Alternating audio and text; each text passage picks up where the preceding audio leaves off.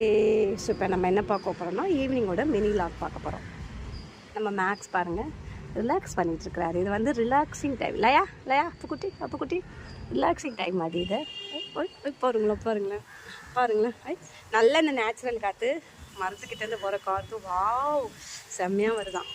மேக்ஸுக்கு காற்று ரொம்ப பிடிச்சிருக்கு பார்த்தீங்களா. இயற்கை அழகன். இங்கே பாருங்கள் இதோ ஒன்று நாண்டுக்கிட்டு கிடக்கு பாருங்கள். ஆள் வந்தால் போதும். ஐயோ வாயில் பாரு கிளிப்பு, துணி குத்துற கிளிப்பு கீழே விழுந்துருக்கு.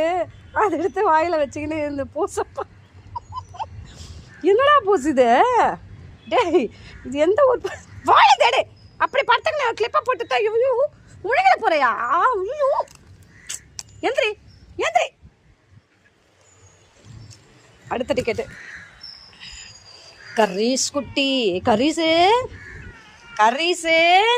கரீஸ் பாருங்க மறுபடியும் ரணமாக்கிட்டு வந்து இப்போ தான் ஆற்றிருக்கேன். கொஞ்சமாக ஆற்றிட்டு வரேன்.